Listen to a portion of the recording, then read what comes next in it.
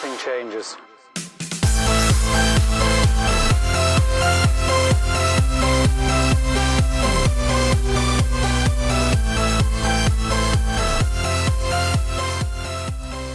Well, hi there. Welcome back to Module 4. It's time to explore the lessons learned from that group of highly effective and confident marketers. And before we do that, let's talk quickly about last module. We discussed the importance to develop a strategic mindset and approach to your marketing, and hopefully you had a chance to reflect on that and what that means to you. We also discussed the second most important number for a producer, which is their weighted average price, and being able to calculate that potential change over time in the markets and the value behind that. Now, if I didn't make it clear last time, let me make it crystal clear to you this time, the importance of that number. I'm going to do so by asking you a question. If you do know your weighted average price over your entire production at any point in time through that price-time relationship of the commodity, what other number do you know? I'll give you a hint.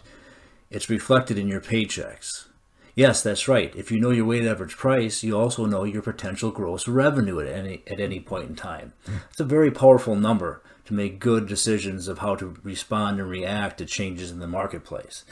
So let's keep that in mind. Now, as we move into some of these lessons learned, keep in mind these are learned from that 10% group of very effective and confident marketers, and they've all showed very similar habits and approaches to how they go about building their average price and managing their revenue. Now, I'm just picking out a few of these to discuss. Keep in mind there's a lot that we can really go deep into, and we can save that for a future presentation. Of course, if you have questions or interest in talking more, reach out to me. I'll be more than happy to spend some time. For the sake of this module, we'll be kind of high level, and then in the future module, we'll break them down even farther. All right, let's roll into it. All right, keeping in mind that these habits we discussed and these lessons we've learned really are what contributed to the end results and why that group of 10% were so much more confident and effective. Now, it starts by taking a look at kind of that mindset. I'd like to start with this quote from the late Jack Welch, who was a former CEO of GE. And in a business publication interview, he had said, if you don't have a competitive advantage, don't compete. And he was explaining that in today's highly competitive business environment, without a clear, defined advantage, you are at risk of being flushed out of your industry. The risks of ruin are too great. So if you don't have a competitive advantage, don't even try. You're doomed for failure. That was his message. Now, that 10% group of seasoned, confident marketers know that the playing field for production ag is somewhat leveled from that production standpoint with technology that's available to everyone. The next area of true competitive edge for them and how they viewed it was in their revenue management and how well they succeeded at generating income on a moving market. So here's another professional tip. Hashtag marketing is a new frontier to gain a competitive advantage. All right. We've heard it said many times. I want to have three other quotes here I want to talk about. Specifically when it relates to marketing and managing revenue, we've heard it said that it's not how smart you are or how much you know, it's how you use that information and those smarts to make a difference and an impact on your bottom line. Okay. We've also heard it said that a known fundamental is a useless fundamental.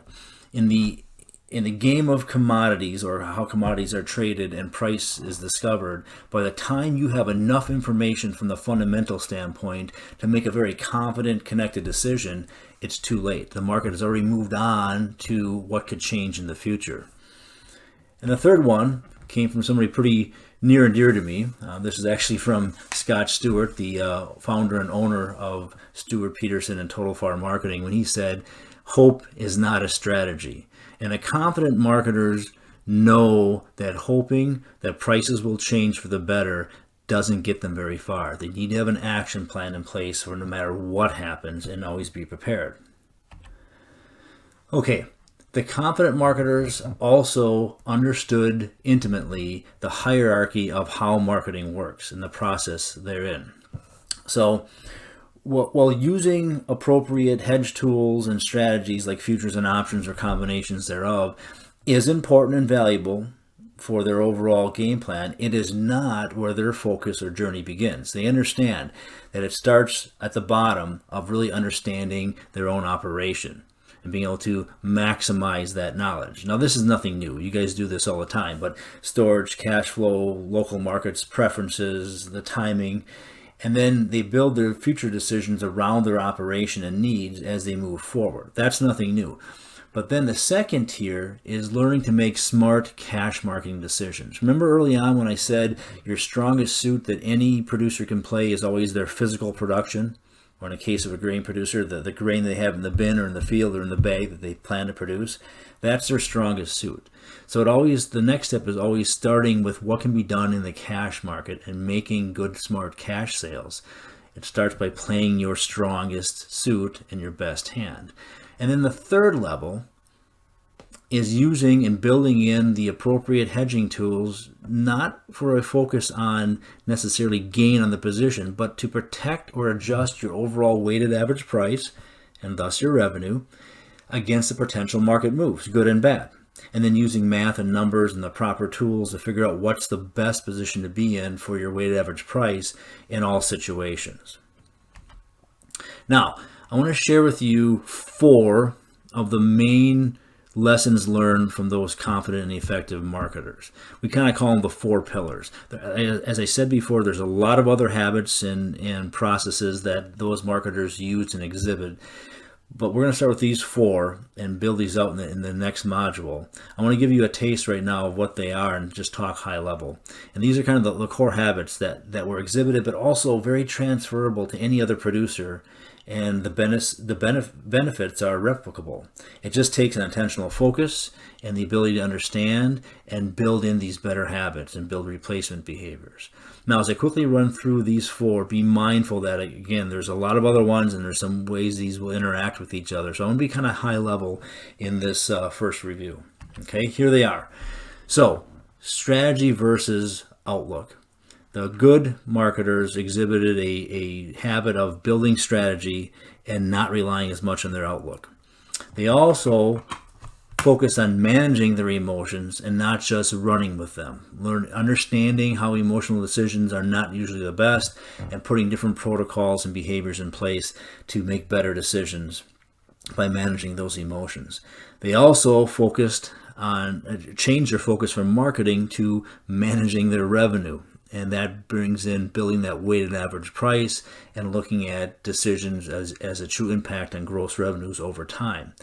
And then the 4th one is they spent a lot of time rehearsing the future. We term that market scenario planning, taking time now to plan out all the things that could potentially happen in the market and know how you will adjust your overall decision. Now, if you see a theme here, these 4 core philosophies and pillars are things we've already talked about in the previous modules. And that's why it's so powerful to ingrain this in your thinking and adapt and change your behaviors, because these are what were exhibited and have proven to be successful. Additionally, I just want to say we've helped hundreds of producers over the years learn to employ these philosophies and gain back control and peace of mind with their marketing.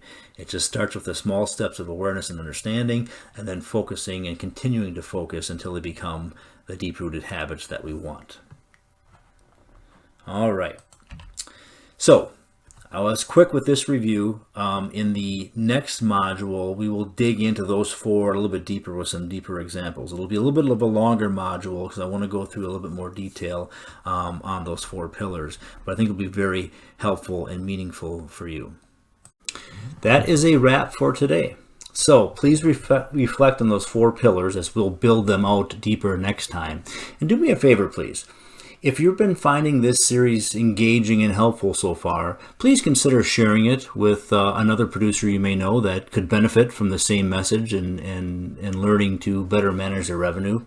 Now, if you're competing with a neighboring operation for land or notoriety, I certainly understand if you don't want to share it with them and keep this competitive edge to yourself. I get it. All right, our contact information is on the next slide. Reach out with questions or for help. Until next time, be safe, be well, and be mindful of those lessons learned.